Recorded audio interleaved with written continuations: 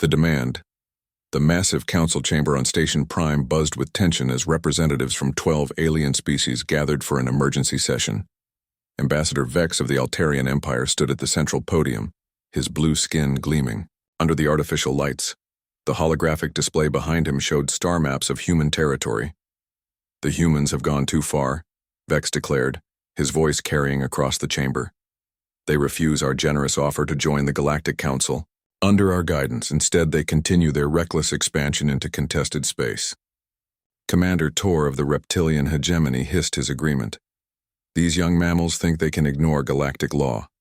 They build colonies wherever they please, mine asteroids without permits, and worst of all, they arm themselves with weapons we have never seen before." The Council had discovered humanity only 5 years ago when human ships first ventured beyond their solar system. The aliens had been watching Earth for decades, amused by the primitive species that couldn't even leave their own planet. But everything changed when humans developed faster than light travel in just 20 years, a feat that took most species centuries to achieve. "They multiply like insects," added Speaker Gull from the Crystalline Collective. "In 5 years, they have established 47 colonies across 6 star systems. At this rate, they will outnumber us within a generation." Ambassador Vex nodded gravely. "Which is why we must act now. The Council has prepared a final ultimatum. Humanity will accept our protection and guidance or face the consequences." The ultimatum was simple. Join the Galactic Council as a junior member, submit to alien oversight of all human activities, limit population growth to approved levels, and surrender all military vessels except basic defense ships. In return, humanity would receive advanced technology and protection from hostile alien species. On Earth, President Miller sat in the Oval Office reading the alien message for the 10th time. General Adams stood nearby, arms crossed, while Secretary of State Johnson paced nervously by the window. "They want us to become their pets," General Adams said bluntly. "Limited colonies, controlled population, supervised technology development. They're scared of us." President Miller looked up from the document. "Scared? Of us? We've been in space for 5 years. They've been traveling between stars for thousands of years." "That's exactly why they're scared," Adams replied. "We achieved, in decades, what took them centuries. Our ships are faster, our weapons hit harder, and our people adapt quicker than anything they've ever encountered." Secretary Johnson stopped pacing. "But sir, they have 12 species in their alliance. Hundreds of worlds. Thousands of ships. If we refused, they could destroy Earth." President Miller stood and walked to the window, looking out at the bustling city below. Somewhere out there, human engineers were building the next generation of starships. Human scientists were unlocking the secrets of the universe at an unprecedented pace. Human colonists were turning barren worlds into thriving communities. "General, what's the status of our fleet?" "We have 300 ships of various classes spread across our territory. The new Titan-class battleships are still under construction, but we have 50 smaller warships ready for combat." "And our colonies?" "All 47 are thriving. The mining operations in the Kepler system are producing resources faster than we can ship them back to Earth. The agricultural worlds are already supplying food to our industrial planets." President Miller turned back to his advisors. "In 5 years, we've built something remarkable. We've proven that humanity doesn't need alien guidance to succeed among the stars.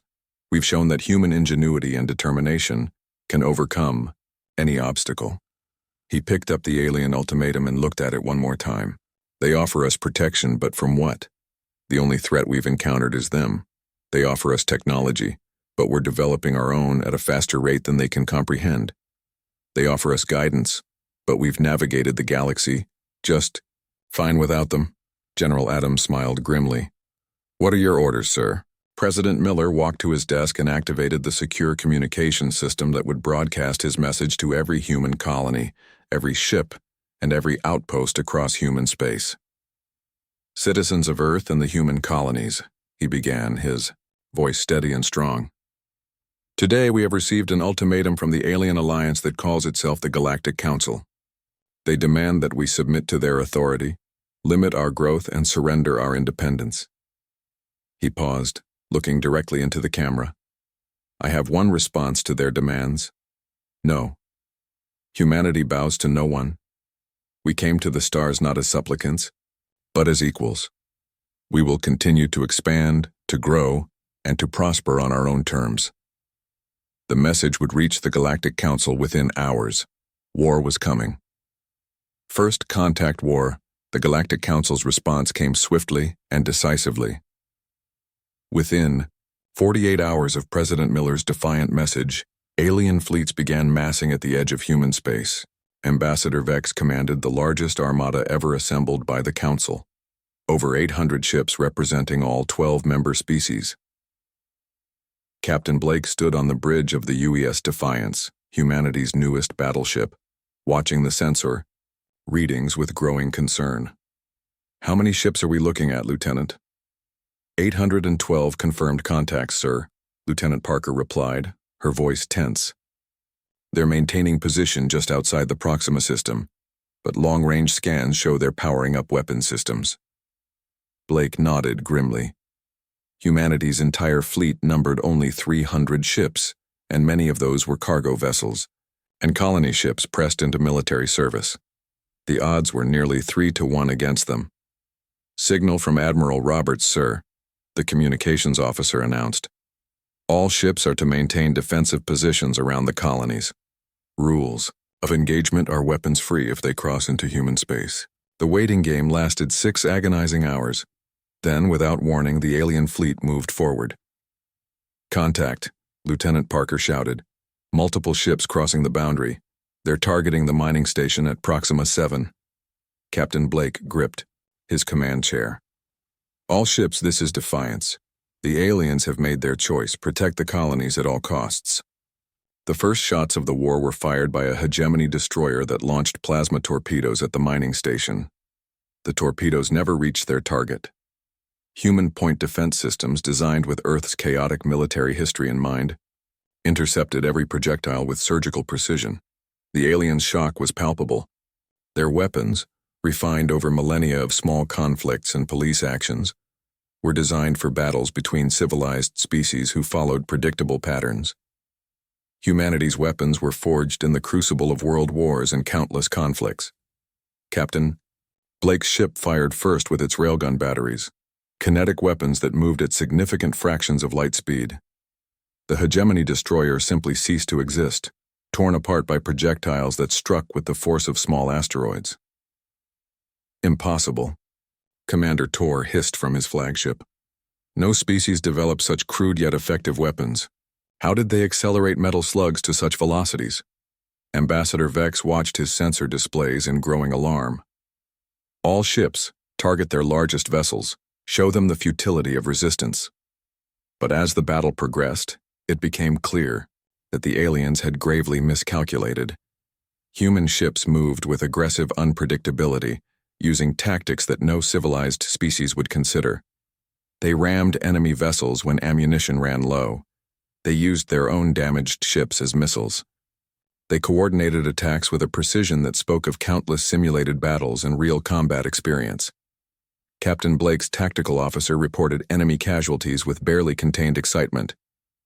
"Sir, we've confirmed kills on 47 enemy vessels. We've lost 12 ships, but the Yorktown and the Constitution are both still fighting despite major damage." The aliens had expected a short, decisive victory against a primitive species. Instead, they found themselves locked in brutal combat with warriors who had spent their entire evolutionary history perfecting the art of war. Admiral Vex called Commander Tor from his damaged flagship. "We're losing ships faster than we can count. These humans fight like savages. They show no concern for proper military protocol. They sacrifice themselves without hesitation," added Speaker Gull, her crystalline form flickering with distress. No civilized species would use such tactics. Admiral Vex realized the truth that would haunt the Galactic Council for years to come. Humanity wasn't just another species to be integrated into their orderly galaxy. They were something entirely different, a species that had evolved through constant warfare, where survival depended on outfighting, outthinking, and outdying their enemies. The battle raged for 18 hours before Admiral Vex finally gave the order to withdraw.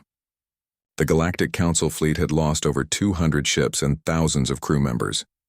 Humanity had lost 37 vessels, but had proven something far more important. As the alien fleet retreated, Captain Blake received a transmission from Earth. President Miller's voice crackled through the static. "Well done, Captain. You've shown the galaxy that humanity cannot be bullied or conquered, but this is just the beginning." Captain Blake looked at the debris field around Proxima 7, the wreckage of both human and alien ships floating in the void. "What are your orders, Mr. President?" "Pursue them, Captain. It's time the Galactic Council learned what happens when you threaten humanity's future." The war had begun, but humanity had already won the most important battle, the one for respect. The hunt begins. The news of humanity's victory at Proxima 7 spread across the galaxy like wildfire, but not in the way the Galactic Council had intended.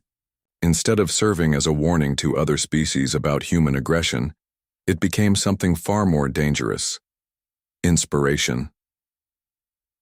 On the water world of Aquanos, the native Mer people had been forced into the Council 40 years ago after their refusal to share their ocean purification technology.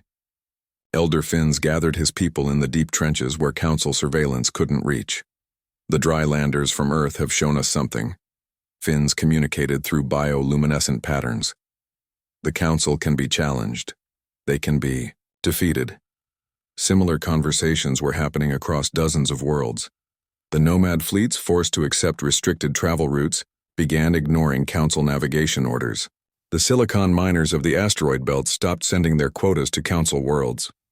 Ambassador Vex stood before the emergency Council session, his usual composure cracked. "The situation is deteriorating rapidly. 17 member species have lodged formal complaints about Council authority. The Aquanos system has gone completely silent. The nomad fleets are actively avoiding our patrol ships."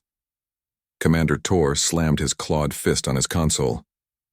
"This is what happens when we show weakness. We should have destroyed every human world as an example." "With what fleet?" Speaker Gould's crystalline form pulsed with agitation. "We lost 200 ships to 300 primitive vessels.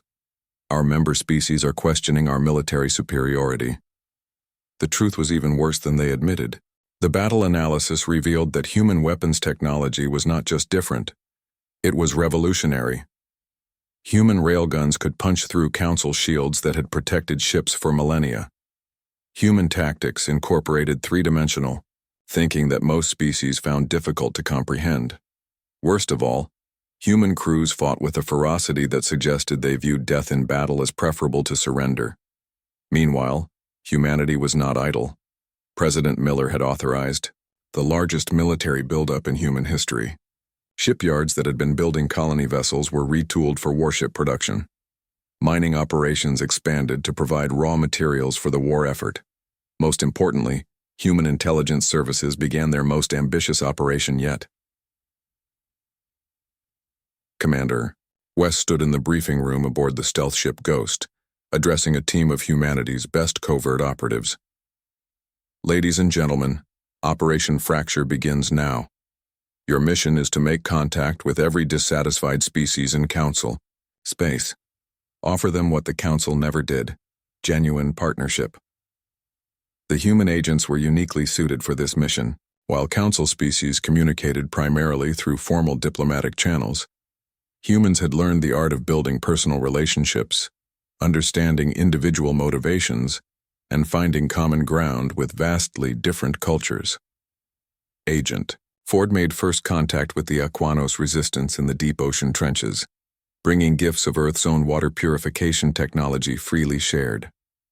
Agent Chen reached out to the nomad fleets, offering them star charts of uninhabited systems beyond Council territory. Agent Williams connected with the silicon miners, proposing joint mining operations with profit-sharing agreements the Council had never offered. The message was always the same: humanity offered partnership, not domination. The Council's response was predictably heavy-handed.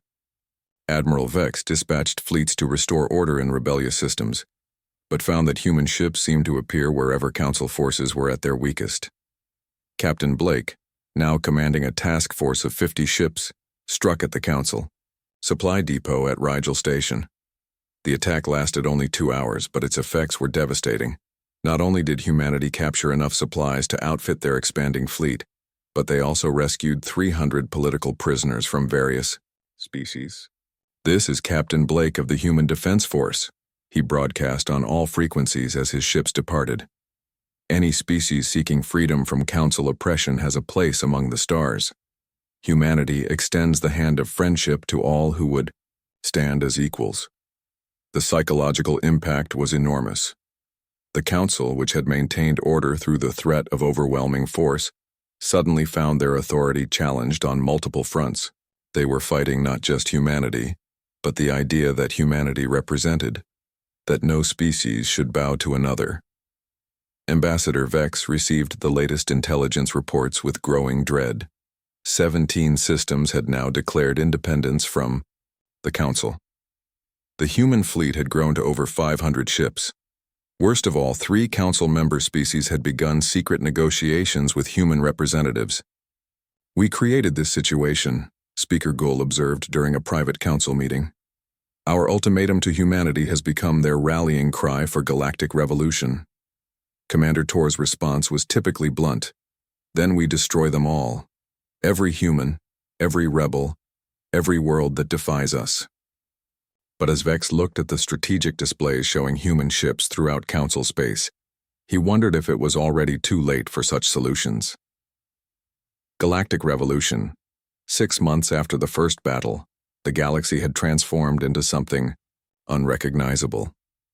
What had begun as humanity's refusal to submit had evolved into a full-scale revolution that threatened the very foundations of the Galactic Council's 1,000-year rule.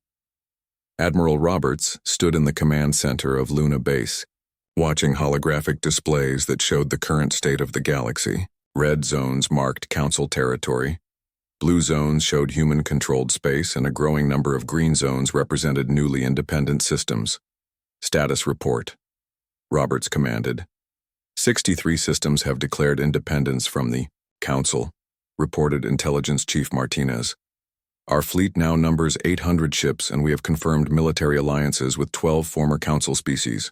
The Aquanos have provided us with their stealth technology. The Nomads are sharing their deep space navigation data, and the Silicon miners are supplying raw materials faster than we can process them." Roberts nodded with satisfaction.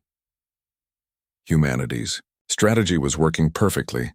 Instead of trying to conquer the galaxy, they were liberating it one system at a time. The transformation hadn't been without cost.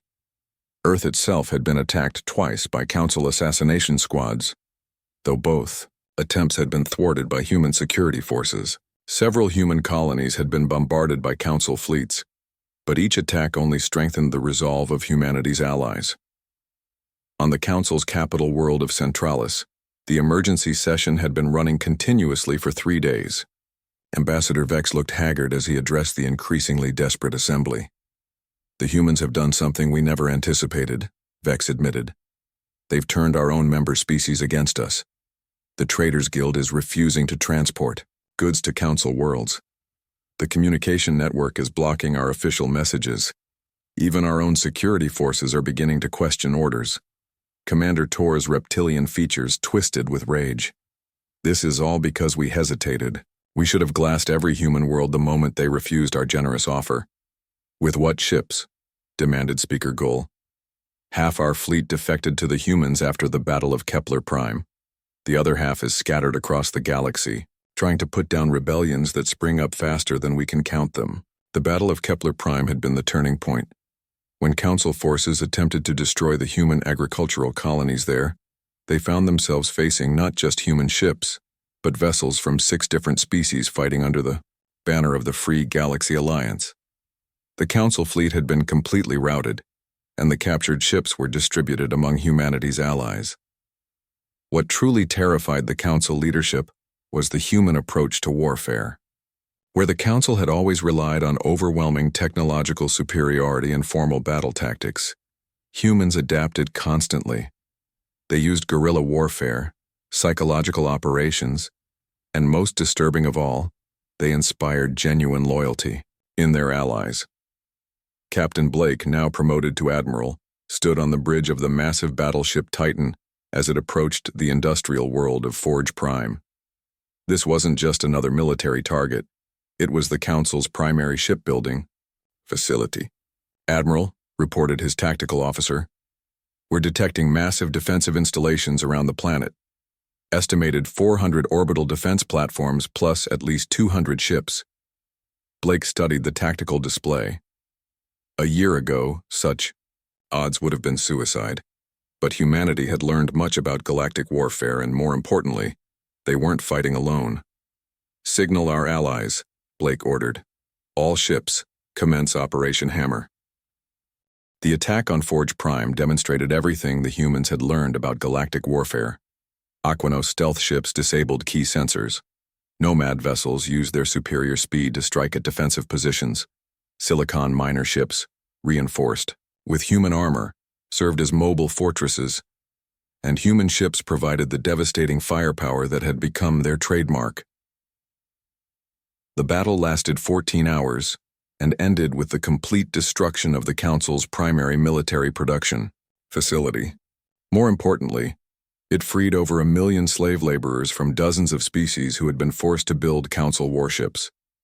As Admiral Blake watched the liberated workers boarding transport ships, he received a priority transmission from Earth. President Miller's image appeared on the main screen, and his expression was grim. "Admiral, we've intercepted Council communications. They're planning something called Final Protocol. Our intelligence suggests they're preparing to use planet-killer weapons against any world that has declared independence." Blake's jaw tightened. "How long do we have?" "Unknown. But their remaining fleets are converging on the Centralis system. Whatever they're planning, it's going to happen soon." Blake looked out at the rescued beings filling the transport ships, beings who had found hope because humanity had refused to bow to tyranny. "Then it's time to end this war once and for all. Set course for Centralis." The final stand. The final battle of the Galactic Revolution would be fought not in the depths of space, but in the very heart of the Council's power, the Centralis system itself. As the Free Galaxy Alliance fleet approached the ancient capital, they found it transformed into the most heavily fortified position in galactic history. Admiral Blake stood on the bridge of the Titan, surrounded by holographic displays showing enemy positions. The Council had pulled back every remaining ship, every defense platform, and every weapon they could muster. Over 1,500 vessels guarded their home world, supported by orbital fortresses that had been under construction for centuries. "Admiral," reported Commander Hayes, "we have confirmation from our intelligence assets on Centralis. The Council is indeed preparing to activate planet-killer weapons. They plan to destroy every world that has joined our alliance, starting with Earth." The weight of responsibility settled on Blake's shoulders. The Free Galaxy Alliance had assembled nearly 2,000 ships from 43 different species, but they were facing an enemy fighting for their very survival. The Council would either maintain their dominance or destroy everything rather than accept defeat. "Open a channel to all Allied ships," Blake commanded. "This is Admiral Blake to all vessels of the Free Galaxy Alliance. Today we fight not for conquest, but for the fundamental right of every species to determine their own destiny. The Council would rather see the galaxy burn than accept that their age of tyranny is over. We're here to prove them wrong." On the surface of Centralis, Ambassador Vex watched the approaching fleet from the Council's war room.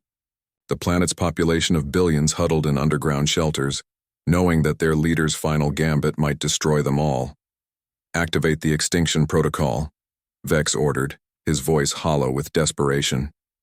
"If we cannot rule the galaxy, then no one will." Commander Tor's claws hesitated over the activation controls. "Vex, this will destroy over 100 billion lives across 50 worlds. Are we truly willing to commit genocide to maintain power?" "The humans forced our hand," Vex replied coldly. "They could have accepted our guidance and lived in peace. Instead, they chose to spread their chaos throughout the galaxy." The space battle began with the Council's opening salvo, a concentrated barrage from every orbital defense platform simultaneously. The display of firepower was unlike anything ever seen in galactic warfare. Entire sections of space were filled with destructive energy that should have obliterated any attacking fleet. But the Free Galaxy Alliance had learned much from humanity's unconventional approach to warfare. Instead of meeting the attack head-on, they scattered into smaller formations using the diverse capabilities of each species. Aquanos ships used their stealth technology to slip past the heaviest defenses. Nomad vessels created false sensor readings that confused Council targeting systems. Human ships, with their unpredictable tactics, struck at weak points that no civilized military doctrine would have considered. Admiral Blake watched as the battle unfolded according to humanity's revolutionary strategic doctrine. "Target the communication relays first," he ordered. "Cut their coordination, then hit their command structure." The Council's greatest weakness became apparent as the battle progressed. They had spent so long ruling through fear and overwhelming force that they had forgotten how to adapt to changing circumstances. Their formations remained rigid even as human-led forces tore them apart with guerrilla tactics. Captain Torres, commanding the human ship Intrepid, led a desperate charge directly at Centralis itself. "If they activate those planet killers, everyone, we're fighting for dies," she broadcast to her squadron. "Follow me." The final phase of the battle saw something unprecedented in galactic history. Council ships changing sides mid-combat. Crews who had served the Council for generations looked at their own weapons prepared to commit galactic genocide and made a choice their leaders hadn't expected. Commander Tor was the first to switch sides, turning his ship's guns on the planet killer weapon platforms. "I am a soldier, not a mass murderer," he declared over open channels. "The Council has lost its way." One by one, Council ships joined the rebellion against their own leadership. The sight of their own forces turning against them broke the last of the Council's resolve. Ambassador Vex, watching his empire crumble, finally understood what humanity had tried to tell them from the beginning. "We offered them subjugation and called it protection," he said quietly. "They offered genuine partnership and called it freedom." As the last planet killer weapon was destroyed and the Council's military forces surrendered, Admiral Blake received a transmission from Earth. "President," Miller's voice carried across space to every ship in the victorious fleet. "Citizens of the Free Galaxy Alliance, today marks not the end of one empire, but the beginning of a new age. An age where no species kneels before another, where cooperation replaces domination, and where the diversity of the galaxy is celebrated rather than suppressed." The Galactic Council was no more. In its place rose something humanity had always believed in: a true alliance of equals. The end.